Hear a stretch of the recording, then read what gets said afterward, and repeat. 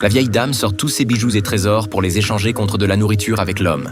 Mais celui-ci ne daigne même pas y jeter un œil et les menace de son fusil pour les chasser, car dans ce monde post-apocalyptique, les bijoux ne sont que des déchets sans valeur. Pourtant, la vieille dame ne renonce pas et sort un sachet de graines de légumes, affirmant qu'il s'agit de quelque chose de très précieux. Mais l'instant d'après, l'homme lui renvoie les graines. Ces quelques semences ne suffisent pas pour obtenir de la nourriture. Face à la détermination de l'homme, la vieille dame joue sa dernière carte et propose que sa fille couche avec lui en échange d'un repas. L'homme hésite soudain. Cela fait 10 ans qu'il vit seul ici, et il a oublié ce que c'est que de dormir avec une femme. Après un moment de réflexion, il accepte la proposition de la vieille dame. Cependant, il reste très prudent et fouille minutieusement les deux femmes. Ce n'est qu'après s'être assuré qu'elles ne portent aucune arme qu'il se détend et leur prépare un repas. Après avoir mangé, la vieille dame tient sa promesse et sort seule de la maison. Le lendemain, la mère et la fille auraient dû partir. Mais la vieille dame pose une nouvelle condition. Elle veut rester pour aider l'homme à s'occuper de la ferme, ce qui serait bénéfique pour les deux parties. Mais à sa grande surprise, l'homme reprend son fusil pour les chasser, affirmant que cette ferme ne peut pas nourrir 3 personnes.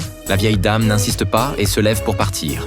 Mais la jeune fille revient après être sortie, un couteau à la main. L'homme lève immédiatement son fusil, prêt à tirer si elle fait le moindre geste menaçant. Mais la jeune fille se contente de lui raser la barbe. Touché par la douceur de la jeune fille, l'homme finit par accepter que la mère et la fille restent. Ce qu'il ignore, c'est que cette décision lui coûtera la vie. Les jours suivants, la vieille dame observe discrètement l'homme pendant qu'elle travaille et remarque qu'il garde toujours son fusil sur lui. Elle profite d'un moment où l'homme discute avec sa fille pour fouiller toute la maison de fond en comble, mais ne trouve pas une seule cartouche, ce qui signifie que l'homme n'a probablement que les 2 balles dans son fusil. Le soir, la vieille dame demande à sa fille de voler discrètement les balles pendant que l'homme dort. Le lendemain, la jeune fille prétexte aller se laver à la rivière pour que l'homme baisse sa garde. La vieille dame prend une pelle, faisant semblant d'aider l'homme à semer, mais s'approche furtivement par derrière pour l'assommer d'un coup de pelle. C'est alors que l'homme remarque soudain une empreinte de pas inconnu sur le sol.